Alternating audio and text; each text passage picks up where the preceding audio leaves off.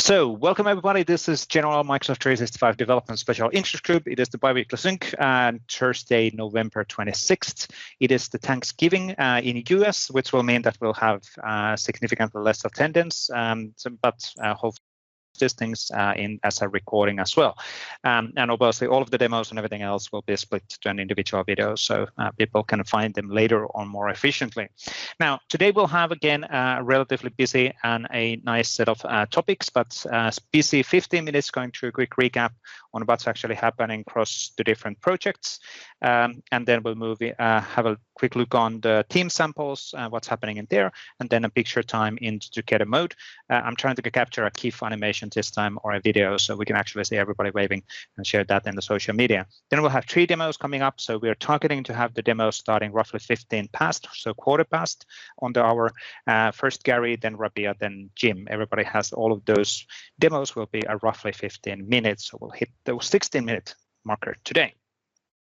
If you have any questions during the day, of course, we use the chat window, and there's a lot of people in the call who are helping with any of the questions. So just a quick recap, there are multiple opportunities of joining this community. We do absolutely 100% welcome anybody to actually do presentations in this course. So we would love to have more people volunteering and showing their learnings and explaining their solutions. The solution doesn't have to be open source. It doesn't have to be a sample. It might be something which you build for somebody, and then you're explaining the learnings. Like today, we kind of hear from Jim Duncan related on something which they built for one of their customers, and then explaining the story, explaining the process, because that's way we learn from each other.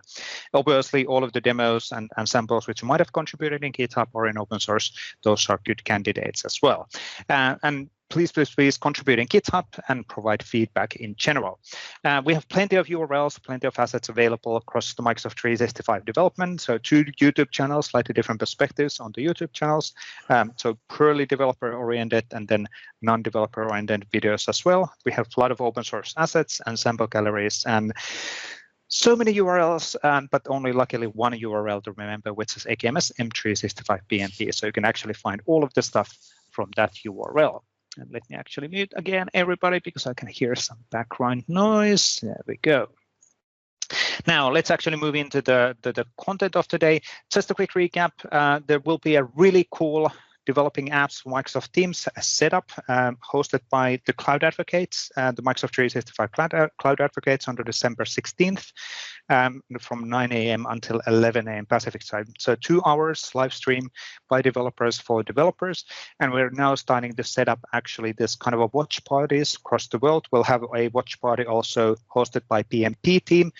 So we can actually join together, and then we can do commenting on a chat window and all of that stuff while we're watching this upcoming streaming, which is coming then on the 16th of December. But go to the AKMS Learn Together and check it out. So really cool setup is coming. Now, other stuff, just to recap on main assets, we do have plenty of Microsoft Teams samples available already. So if you are looking into getting started on Microsoft Teams extensibility, either framework or using a SaaS application or building a bot or building a messaging extension, go to the AKMS Teams samples, and this is basically the location where you can easily filter down to different samples which are available, and then you can find a sample and a starting point for your solution. That's really what we want to do with these samples. And then if you are looking into contributing and getting started on contribution, you can mute somebody because we're hearing somebody drinking coffee. So please remember, mute yourself. There we go. So if you're looking into getting started on the open source and the PnP community, let's hear from David. And David's going to explain how to get started if you feel intimidated of getting involved.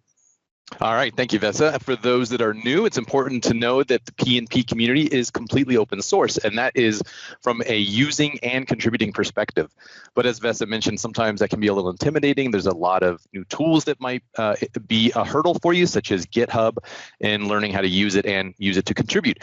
Sharing is Caring is here to provide you hands-on guidance in sessions that are led by PnP team members live and together in smaller sessions that are very intimate and safe space with inclusiveness. So don't be afraid to come in, ask questions. A great opportunity to learn. We'll walk you through a hands-on approach. In fact, today we've got a session on using Node version manager to take advantage of all of the SPFX samples within the patterns and practices repo. So if you'd like to join that, you can go to the AKA Sharing is Caring link. And I've included a direct Teams link for the session today. You don't have to register.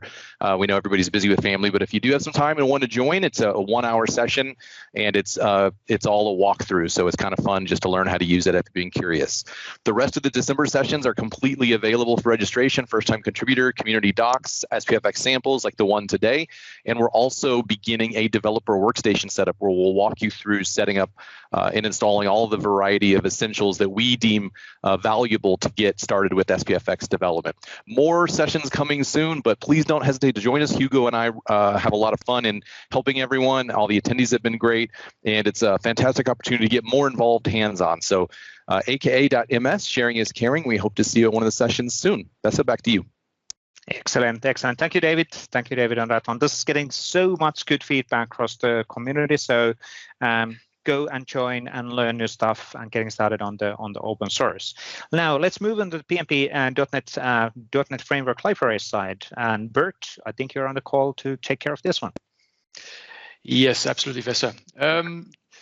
Before diving into the actual details of what has changed, I wanted to take some time to recap on what are we doing with .NET, because some people are not really up to date on what's happening, as it might be a little bit confusing. So kind of let's tell the story, a bit of history. So we actually started with PnP SideScore like 6-7 years ago, a long time ago, which is our main library, the one containing the provisioning engine, the Pages API, for example. Everything is in the PnP SideScore library, which is v3, so the top left on the screen. Now, we announced that we will be stopping that library. There's some background noise, so let's mute, folks. Okay, thank you, Vesa. So we will be actually deprecating the PnP SideScore library pretty soon, and that actually will be next month. And we'll go forward with PnP SideScore under a new name, which is PnP Framework. So PnP Framework actually is PnP SideScore, but then a cleaned version that only works for SharePoint Online, which is compiled against .NET Standard and .NET 5, and it uses CSM for .NET Standard. So the PnP Framework library is cross-platform and can be used in most places where you can use .NET, but SharePoint Online only. So that one will move forward. The PnP SideScore will be deprecated end of this year, and we'll actually just close down the repository. We'll make it a read-only repo. You can still look at the things in the repo.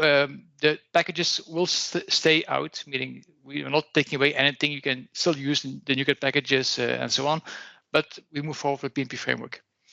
Now, in parallel, we started also developing PnP Core SDK. Now you might ask, like, okay, why isn't that a bit of the same thing? And kind of the same thing, but different. The main reason to start PnP Core SDK is to build like a modern .NET library, which is fully well tested with proper test automation, with proper code patterns, ready for the future, essentially. Whereas PnP Framework is, well, it has some issues from a quality perspective, from a code perspective. And with PnP Core SDK, we are step by step kind of fixing that. So what you will see us doing is add new things in PnP Core SDK, or rebuild things like the Pages API, for example. It today exists in PnP Framework, but we rebuild the Pages API for PnP Core SDK as well. And actually, the next step is that we will just kill the Pages API in PnP Framework and kind of under the covers plug in PnP Core SDK there. So step by step, we will be moving over. So I hope that clarifies a little bit about the roadmap, the journey that we kind of started for .NET. But next time that we talk about this, the diagram will be simpler, because we can skip the left side of the slide. Okay, Vesa, can we move to the next one? Just talk about actual updates. Now, what has happened for both PnP Framework and for PnP Core SDK? I think one of the big things that we did is .NET 5 support. So .NET 5 was officially released early November. And we now also ship our packages as .NET 5. So both PnP Framework and PnP SIG ship as the .NET standard 2.0 package and a .NET 5.0 package. So when do you need to pick which one? Prefer that .NET 5.0 if possible, if you do .NET development. The .NET 2.0 is more like for backwards compatibility. If you still need to compile with .NET Framework or an older version of .NET, you can use that. But ideally, you just switch to the .NET 5 because it's simply faster and better and more future-proof. Then on the feature set, I think the big things in PnP Framework is that we kind of made page transformation work in PnP Framework as well. So we ported that code base and got it to work, and it's also included in PnP PowerShell right now. There are several community fixes and PRs that got merged. Looking at the PnP core SDK side, .NET 5, we talked about that already. I think we also, Blazor is, for example, really cool with .NET 5. It works much faster than .NET 5. So check out that sample, which we ported from towards .NET 5 now. So our Blazor sample. And then the other thing is the Pages API. So currently wrapping up documentation for the Pages API in PnP SDK, but once that's there, we'll ship it and you can start using it. Okay, I'm taking too much time, Vesa. Sorry for that. So let's move to the next one. PowerShell. What has happened for PowerShell? Similar story around the application, so I'm not going to repeat that. We'll go forward with the PnP PowerShell only for SharePoint Online, and that one will run more or less everywhere where PowerShell runs. So classic PowerShell, PowerShell 5, but also PowerShell 7, and even Azure Cloud Shell. So just try it out in Cloud Shell. It's as simple as doing install module, PnP PowerShell minus allow pre-release, and boom, it works. So really great. What else did we do there? Erwin did a ton of work on test automation. So we are focusing heavily on quality for both PnP SDK as PnP PowerShell, just to get that quality in and all the test cases in to keep quality high. And several PRs have been merged and taken over as well. So yeah, I think that sums up where we are with PnP PowerShell. Cool. Thank you, Bert, on that one. And let's jump on Victor's table. So Yo Teams, what's happening here? Oh, we're doing good.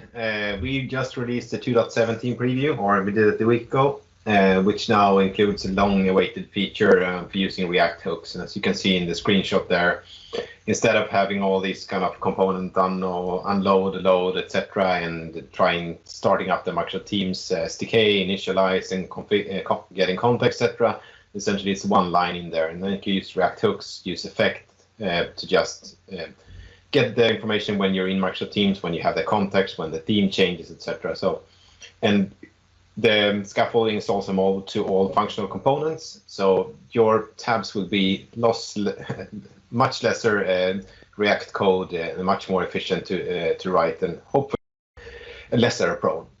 So that's what we released. We are looking into how we can improve that more, and need to go through some testing before we release the full 2.17.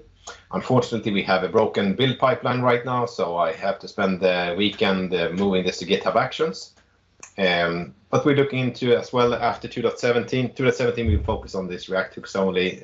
Upcoming versions will add the meeting extensibility features, etc. So that's all for me.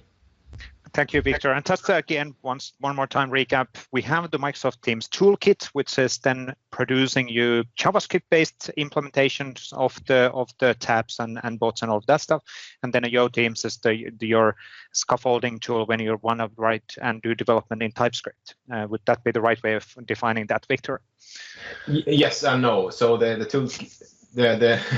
I would say the Teams Toolkit is great if you're an in-house developer and you don't care that much about the manifest and want to do advanced CI/CD. Sure. That's the big difference, I would say. Sure. But absolutely, you're right as well. This is a TypeScript only, but it has more support for specifically if you're an SI or an ISV and want to build solutions for teams. Yeah, so these both tools will exist in the future as well. Yeah, they are complementing tools, they're not competing tools, and we are more than well aligned together with the Microsoft Teams Toolkit people. Yeah. So we've been having meetings together with Victor with them and all of that in the future, which is great. Cool. And then a quick recap on the Microsoft Graph side. We're slightly behind of the schedule. Beth and Nicole are both luckily on holiday today because I cannot see both of them on the call, which was as designed. It is a Thanksgiving in the US, so they were not planning to join here. But Microsoft Graph Toolkit has the latest version, which is 2.0 previous 6. And there's actually quite a lot of changes or adjustments on that one. And so there's a list of things. So there's the adjustments on the code per numerous controls pretty recently. And Sebastian Levert, as an example, have done modifications there. Sebastian just pretty recently moved into the Microsoft as well. So he's now part of the Microsoft Graph partner team, which is really, really great. There's also new samples, well, not super new samples, but samples, relatively new samples related on the Me experience. We'll have that one demoed pretty soon in the SPFX call in next week, isn't it? Well, I can't remember. It is next week, actually. Rabia is doing that. And then a few other demos as well. There's also a prizes, or there's a contribution contest. So you can actually get swag if you contribute on the Microsoft Graph Toolkit, which is great. So please join on that one. Quick recap also on the Microsoft Teams samples. We did not have new samples within this week, but please have a look on AKMS Teams samples. And if you are building something for Microsoft Teams and you want that, get that one exposed for other people so they can benefit out of your samples as well, please do get it shared in the repo behind of AKMS Teams samples. We're building up a community samples for Microsoft Teams as well, because those are super, super valuable for everybody to learn how to do development. Now, the next step is do a quick group photo. So let's actually do this. I'm going to flip myself to together mode, and I will actually put, let's see which together mode option we do today. 1 second, whenever my bot is actually doing that, I'm going to do let's do something which you probably haven't seen to make this interesting. But let me actually do a quick recording of the video as we're waving 3, 2, 1, and let's wave hands, everybody. So thank you for this one. Excellent. It's good to see the faces, like I said so many times, as everybody is working from home.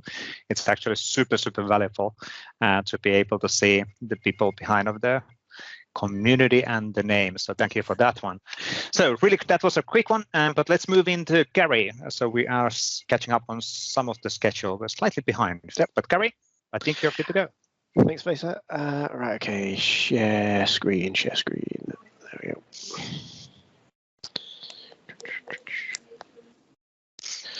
Okay, so that should be sharing. So assume you can see that. Yep, all good. Good size. Yeah, everything is good to go. Excellent. Right. Okay.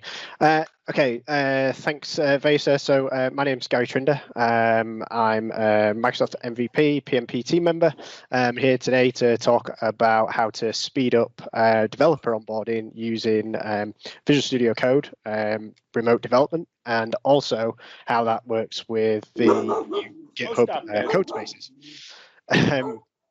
Obviously, the dog's not happy. What we'll first do is we'll basically just go through what remote development actually means. Remote development actually means developing inside a container. In this scenario, it's a Docker container.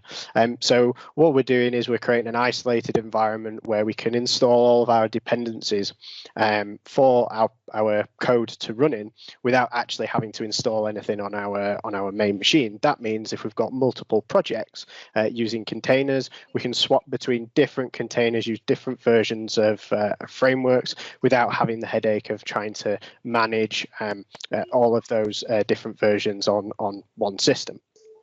The one thing that sets the Visual Studio Code approach, aside from just developing with Docker containers, is that the extensions within Visual Studio Code allow you to basically define your development environment alongside your code. So when you clone a repository, you've got files within that project that will define the dependencies for you to be able to build, run, test, do anything that you might need to do with that project. And that's a really powerful thing, especially with working in open source as well, because you go to a different project, everything's different, there's different versions, and it can become quite painful to get your machine ready to actually develop against some of these projects. So it's very easy to get started. So there is a very good tutorial. Essentially, the prerequisites are you need Visual Studio Code. You also need Docker installed on your on your machine. And you also need to install a Visual Studio Code extension called the remote containers, which makes all of this work. And what I'm going to do, I'm just going to jump straight into a scenario really. And I'm going to show you the scenario of how we are using Visual Studio Code remote development to really help with onboarding to the CLI for Microsoft 365 project. So, you know, we're an open source project. Like every other project, we have some build instructions. You can clone, you need specific versions of Node. That is the bare minimum. You can just build, be able to contribute. But if you start to look at some of our guides, you actually need a bit more. So we actually use Python for generating our documentation. So that's another dependency that you need to install. We're also a project that is cross-platform. We work on different shells. So it may be that you want to install PowerShell as well, another thing you need to install. So what we've been doing is looking to use this technology to really simplify this process. So I'm on my machine at the moment. I'm actually using WSL2, but for the moment, just think of this as your desktop machine. If you're running on Windows, you're running on Mac, this is your machine. You've got Docker running. So I'll just show you that Docker is running on here. So there, Docker service is running. I don't have Node, which is needed for development. I also don't have some of the package managers for Python either. So what I'm going to do is I'm just going to open up our project. So I've got the CLI already cloned down onto my machine. So they're all the source files. I'm going to open Visual Studio Code.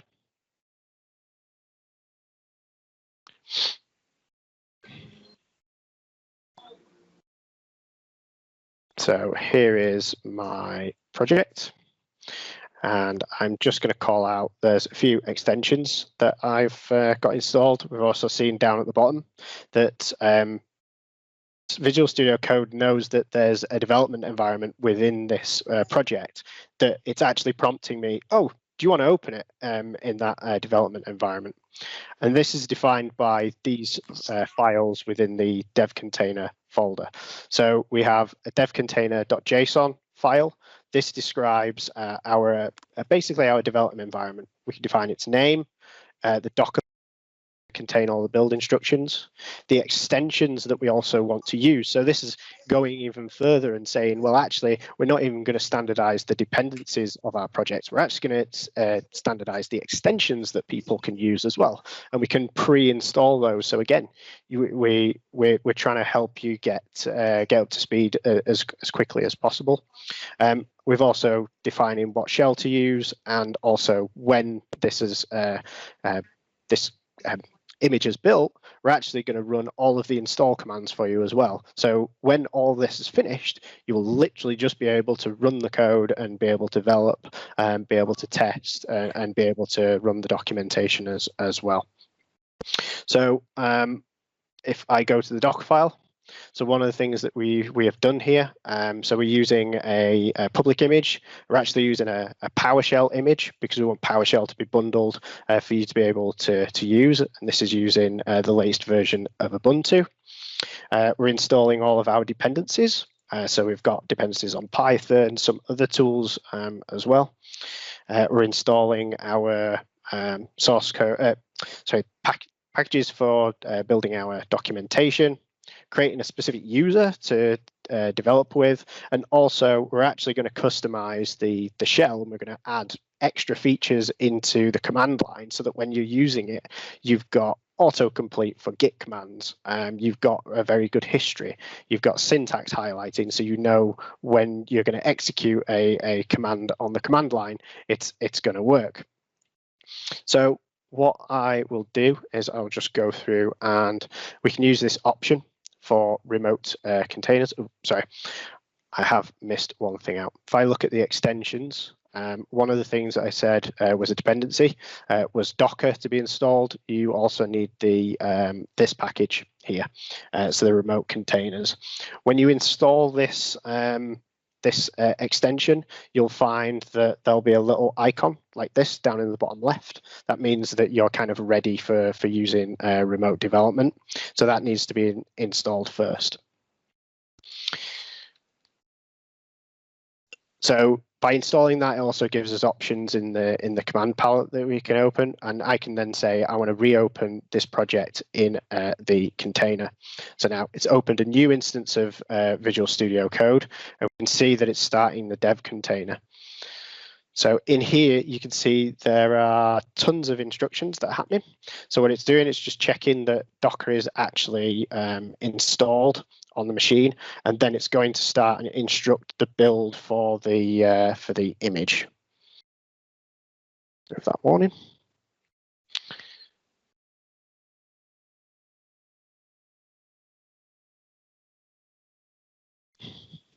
There we go. So that has built my image, and I'm now running in a remote container. So I'm going to open my terminal. I'm using the Z shell prompt. You can see that my prompt now has completely changed from what I had before on my machine, which was this.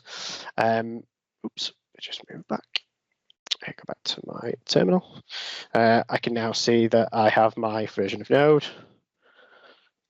I can run commands, so I can run the watch. Oh, he says. That was not a very good example.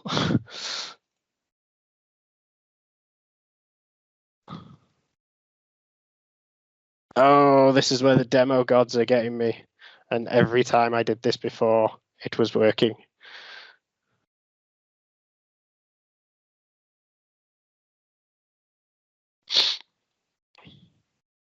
It doesn't matter how many times you try. It's always the live and production when it actually fails. That happens. It is. So we'll just let that run, and then hopefully, there we go. So the install just didn't quite run on that one, but that one's running. I can then also open a new window. I can run my docs. MK docs serve. So you see that little feature there is the syntax highlighting. So I know that MK docs is in there. I can hit if I actually go to the right there, that'd be fine. That's now running. And when this is running and it's building all our documentation, one of the things is we're running in a container, and obviously this is going to build documentation. It's going to be a website.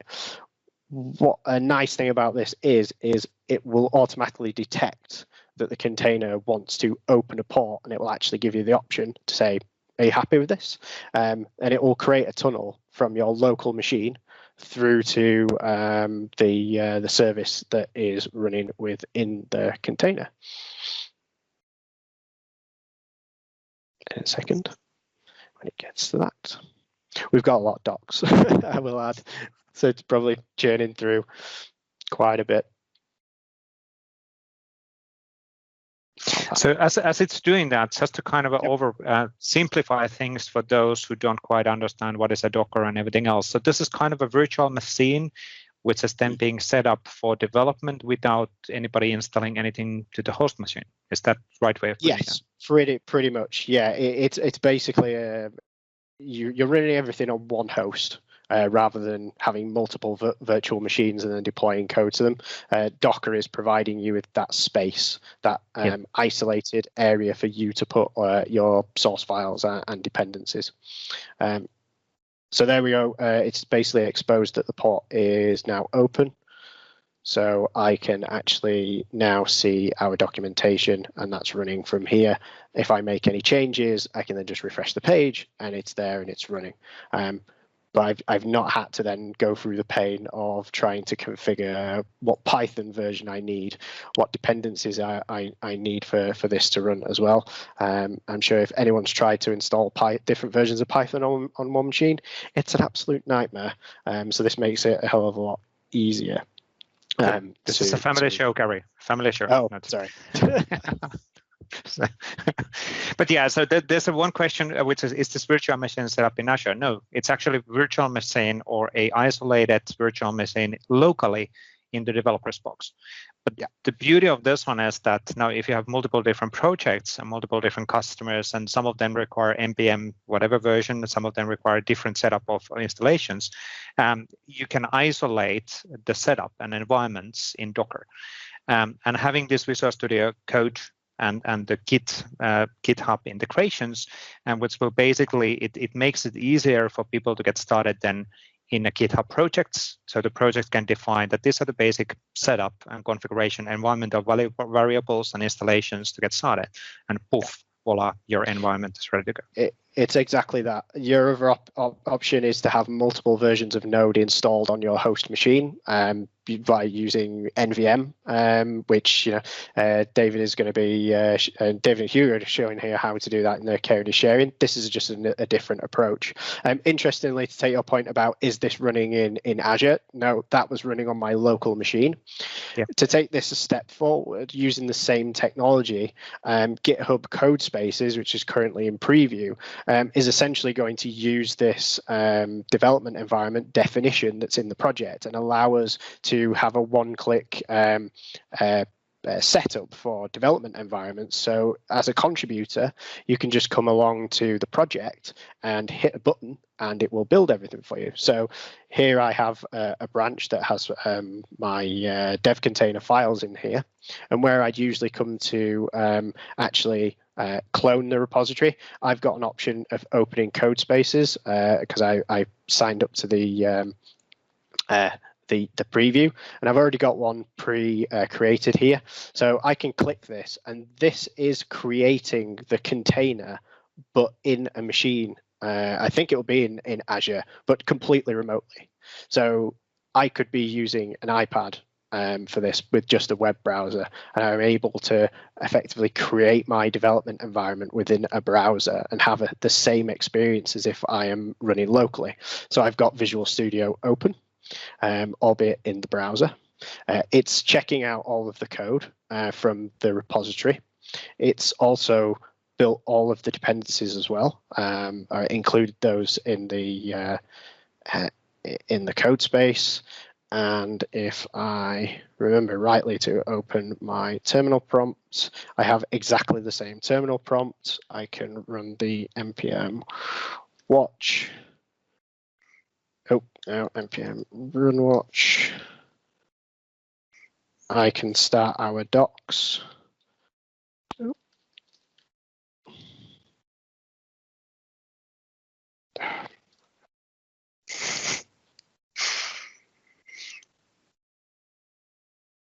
So that's going to build the docs. And in the same way that it opened a port on my local machine, so I could access it locally, because I'm running in GitHub Codespaces, it's actually going to create me a website. It's going to create me a URL, which then I can access the same documentation, but completely remotely. And what's the cost related on that? So the cost at the moment on preview is it's free. Once it's out of preview, it's going to be cost per usage. So it'll be based on how many code spaces you want to create and use, and different prices for different specifications of code spaces as well. I don't think there's many details around that.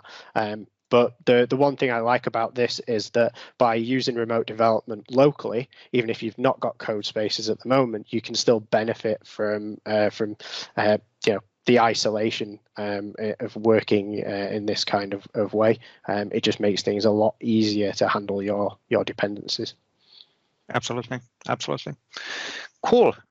Are we good, Garry? We are good. Yes. Excellent. So really cool. And the basic idea of this one is behind, well, the larger way of thinking this is that in a click of a button in the internet browser, you can set up a VM or an isolated, it's kind of a VM, but it's not VM, but it's a virtualization in the cloud, which has everything what's needed for development. So nobody has to install anything locally. And that's just mind-blowing, because you can just move between the projects, regardless of the project dependencies, with a click of a button, and you'll say something else. That's really great. It's a really innovative way of doing things. And obviously, let's see when this will catch in the community as well.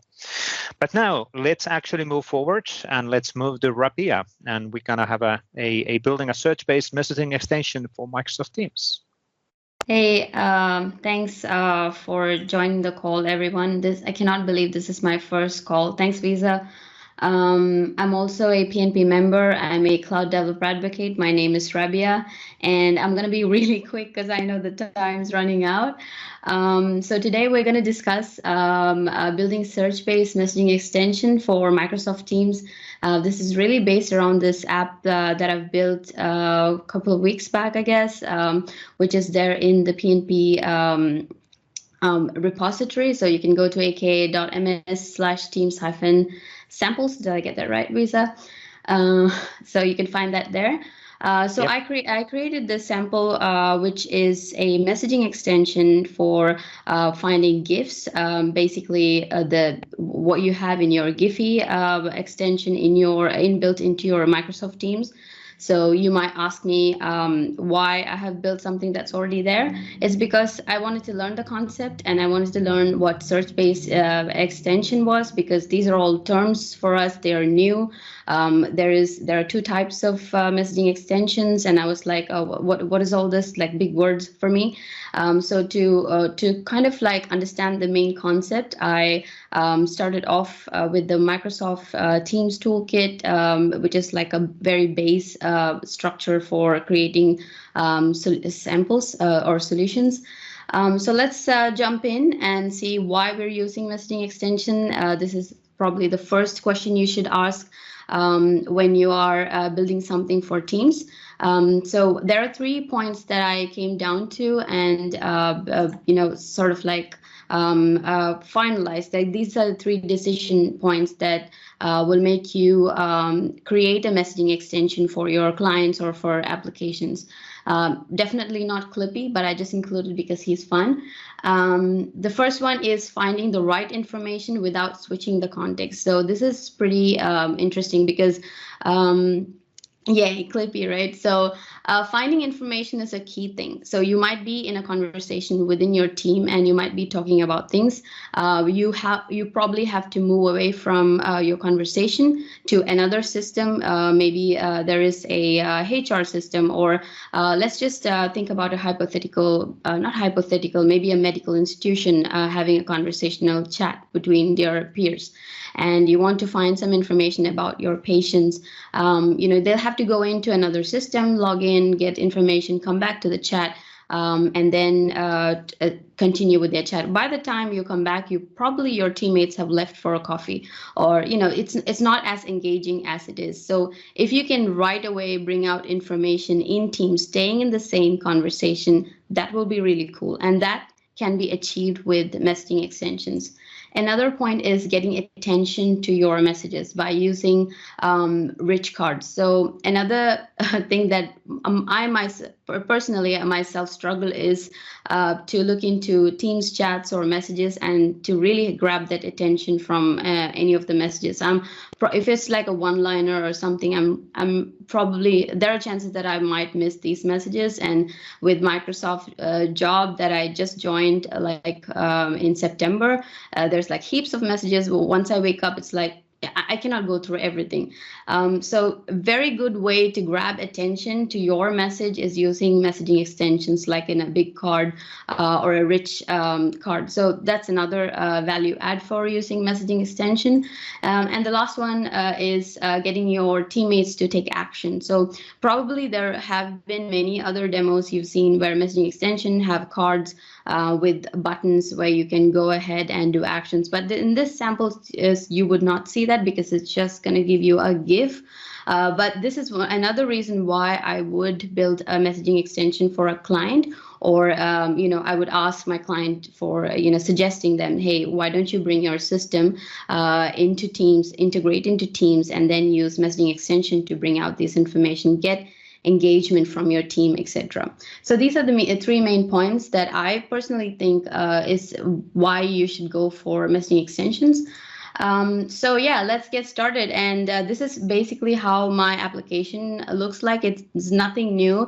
I don't know why Chris Pratt is so excited about this, but it's probably the simplicity of it, or maybe the code is, you would see it and then you would probably understand how simple it is to get started with a messaging extension. So without further ado, what I'm going to go ahead and demo. When I say demo, I probably would be talking more or walking you through the code so you get to understand how it all ties up together. So I'm just going to go ahead and open up my Visual Studio Code. So this is the solution that you have in that repository, the sample that I've shared. This was created using the Microsoft Teams toolkit. Maybe I'll just walk through on a new window to show you how you can create a new solution like what I have there using the Teams toolkit. So you have this extension, which basically you can go ahead and install for your Visual Studio Code editor or your Visual Studio. Once you have installed it, you will have this this icon here, so you can go ahead and create new Teams app. What then it does is it asks me to log into my tenant, so I would just allow that. Basically, it will go to my tenant, whichever I was browsing, or this tenant is basically my dev tenant, so it's all good. I can sign in. So the app basically registers itself there, and the manifest file is already in the cloud for you, and also the project the project is now ready to be scaffolded. So I can close this now and get back to my Visual Studio Code, and you will see this form where you can go ahead and start your wizard. Here you have three options: tabs, bots, and messaging extensions. Today we are focusing on messaging extensions, so you can go ahead and click that. It's really cool and easy if you are a new developer, you are new to M365, and you're absolutely new to Teams. So you can go ahead and click on next. Then you can give your application name. You can choose whether it's an action-based or a search-based one. And there are two different types of messaging extension. One is triggered by a query, like a search, and the other one triggers action based on an action of a user. So there are these tiny changes in terms of what function it calls, or in terms of how the manifest file looks like based on whether it's action or search. Our point of interest is search today, so you can click on search. And another thing here they ask for is whether to create a bot. So every messaging extension is actually, it has activities, so it requires you to create a bot channel registration to help you with the activities, sending back and forth the messages. So that's what helps teams to understand and to communicate back further. So for that, you need a bot. And you can either create a bot, or you can go ahead and use an existing bot if you have one registered. So that is another option. And the final option is whether you want to include link unfurling to your messaging extension. This basically is, think about it like if you want a particular domain link, when you put that in the chat, you know how sometimes again, coming back to the same point that you want user engagement in your conversation. So anything that grabs attention is good. So if you want to send just a link in the chat, and you don't want that link to be just a very vanilla plain link that people normally forget to look at, and if you want to bring out some extra information or some action on top of it. You can use link unfurling, which basically is it will check the domain and it will then kick off an event or a function that will bring back a nice looking card based on that domain. So it's up to you whether you want to use it or not. So these are the options you get when you create a solution from scratch using the Teams toolkit, which is what I did for this Giphy app that I did. So once you're here, so once you're done with that finishing your wizard, which is the last screen you saw, you will be getting something like this. So it's just a very, very bare bones kind of a project. You can see here you have just the main entry file, and you have the bot activity handler, which is where all the juice happens. So you also can notice that in the new versions of Teams Toolkit, you don't have the manifest file. But I can show you where you can go ahead and download it and have a look, because that's exactly what I've done here. So I can take you folks through a few of the things when I'm discussing. So this is the project, like I said, entry point is index.js. Like Vesa mentioned before, this is a JavaScript project in Teams Toolkit. You have JavaScript instead of TypeScript. So if you want a more, advanced scenarios for Teams application, definitely go for the Yeoman generator. It has TypeScript. It has many other scaffolding options. So it's pretty cool stuff.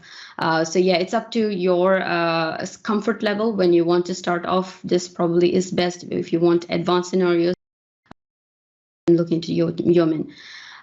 So this one here, it will give you the adapter for connecting to the bot, and then also listening to the messages coming from this, kicking off from this URL, and then running your bot activity handler. That's what's happening here. And in the bot activity handler is what I'm really interested to show.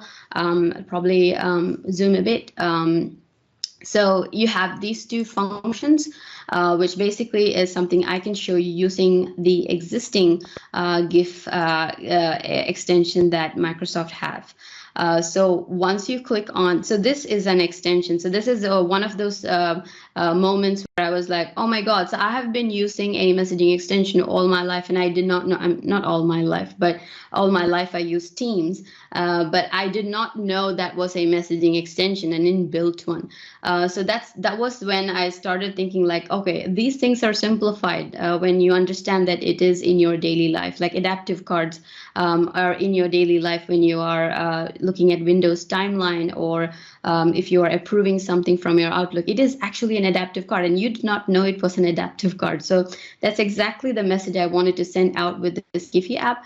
So this is not my app. This is the built-in Microsoft app. So it works exactly the same way. So what you see here is a search-based messaging extension, and this is where you query, and this is where the action happens when you type something.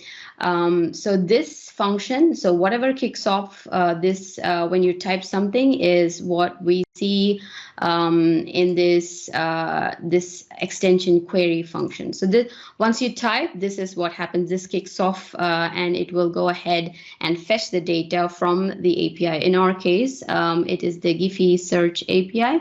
I've got the Giphy API key as well, and then it will bring back the response. So think about in your scenario, maybe a client has, like I said, in that medical institution, the client has another system which has all the patient records. So this API could potentially be an API that gets all the patient's information. So this is how I correlate things. I simplify it, and then I will correlate with the user scenario, a client scenario. And so this is basically what happens here. I write the query and I fetch the data. And what I do is I would bind them into an array, which is what you see here as attachments. And then I would pass it to the compose extension, which is that area you see here. So I would bind it into this as a grid. So if you want a list, you can have it as a list. But for images, it makes sense to have a layout for a grid. So that's exactly what I've done here. So if it's a document that you're bringing out, or if it's a card of a patient or an information of a candidate in a HR system, you would rather go for a list instead of a grid. So this is what happens there. So you can probably understand now that's how it ties up. And what happens for this function? So this function is basically when you select this guy. I mean the item. So whatever you searched and you selected, that kicks off this function. So this handle Teams messaging extension select item kicks off. It's self-explanatory, but then I'm just reiterating. It kicks off this and it picks up that value that you pass from here. So this is where you're passing the tap. When you tap on that thing or on that item, passing that value, and that's being sent to this area.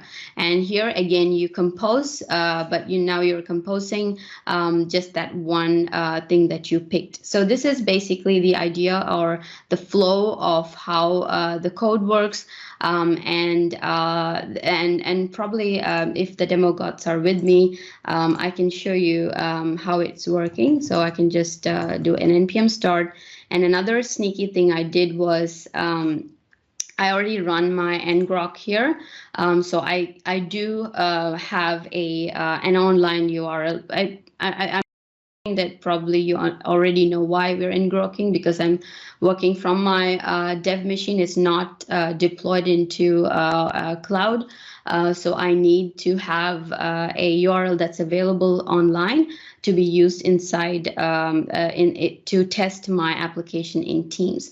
So I have done that. So, and now I have started my basically like I'm running my local machine, and then I could go ahead and test my application from here. So this basically should work now. So if I can mention my my application, I should be able to test this. Hopefully it will work. And you can see here I have typed some values in, and I've got some results coming back. You can know the difference. I'm not bluffing. This is not a GIF. The reason why I'm saying is just kidding. I know you folks are great. Is that I'm sending my limit as 5 items to be brought back from the API. And I also can control the rating, which was previously PG-13, and I was like freaking out when I saw that, because I don't know what's going to come up. So I just quickly change it to G. So, you sort of have flexibility on what you can call in your API as well once you do this. So yeah, this is basically how it works. You can invoke it by mentioning your search based messaging extension, or you can invoke it from within your compose area. So this is called the compose area. This is something I learned very recently. I don't know. I always say the chat thingy, but it's a compose area. So you can invoke it from the compose area as well. You search. You can basically search in your whatever item you're trying to bring back. In our case, GIF from here as well. And then you can do everything else is just the same stuff that you usually do. Nothing's shocking here, and yeah, and that's exactly how it works. I hope I have shed some light, but I cannot finish this comparison or this demo without talking about the manifest file. So I can open up the manifest file. Just a second. So I'm so short, I basically have to look through stuff because my table is really high. I should fix that, but anyway. So this is how my manifest file looks like, and you can basically go ahead and if you're using the Teams toolkit, then there is a catch that the manifest file is in the cloud. But if you're using UMN generator to build your application, then it's readily available for you in your project.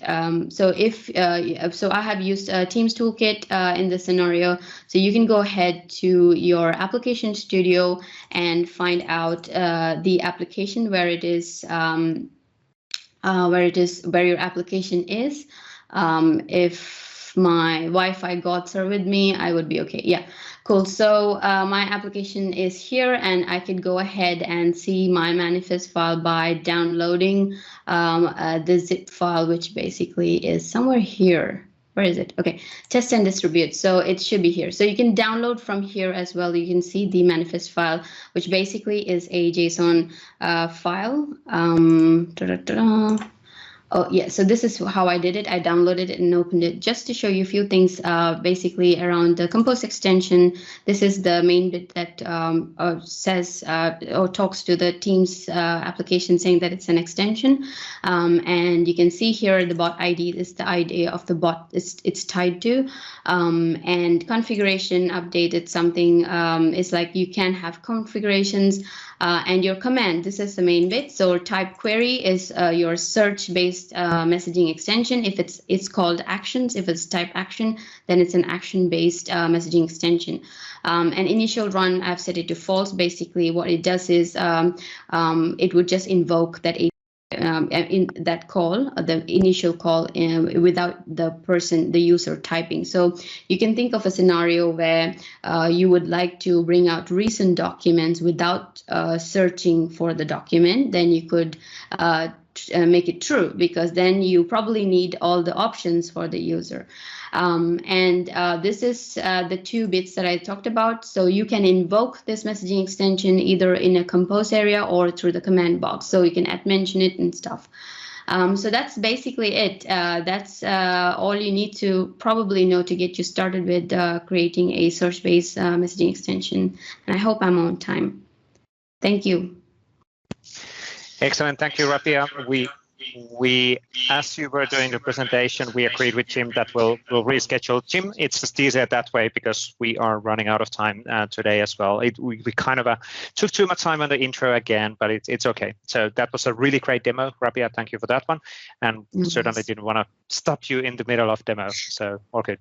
Okay, so like I said, we'll reschedule Jim's demo for December or January. We'll see when we have the next step and an export available. But thank you, Rabia. Thank you, Garry, for 2 really awesome demos. Really exciting to see those. It's really awesome to see those Codespaces and the remote development story. It's actually really interesting to see where we are in 5 years related on all of this virtualization and isolation and all of that stuff. It's super, super cool. And Rabia, really great story related on how to get started on implementing things and pointing out the scenarios. And like I said, it's not like we don't have a KIP capability natively, but it's all about understanding how you would be able to implement those things. So really cool thing as well.